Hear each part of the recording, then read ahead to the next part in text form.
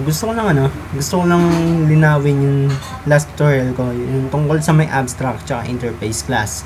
So, ngayon, tungkol dun sa variables, nakalimutan ko kasi yung tungkol sa variables di bali, sa interface, kailangan, sabihin natin bar,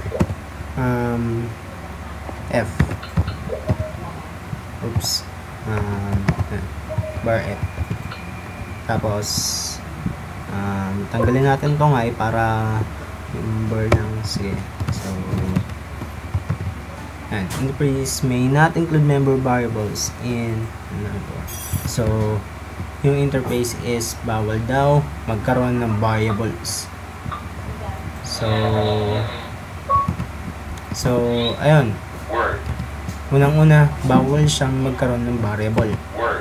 So ngayon sa abstract punta tayo, tandaan nyo, interface bawal ang variable. So abstract class, my class 1, abstract function, yan, tapos lang natin, my class so dahil dito, sabihin natin extends,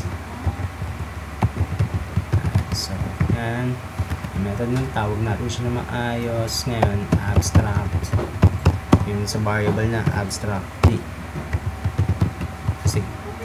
properties cannot be declared in abstract. So, bawal daw to.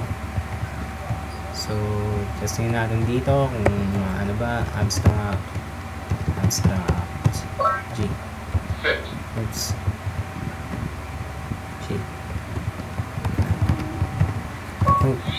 Bakit lalagyan ng abstract lang? So, bar G. So, ayun lang. Bawal ang mga variables sa may abstract at interface. Ayun ang malinaw. Sige.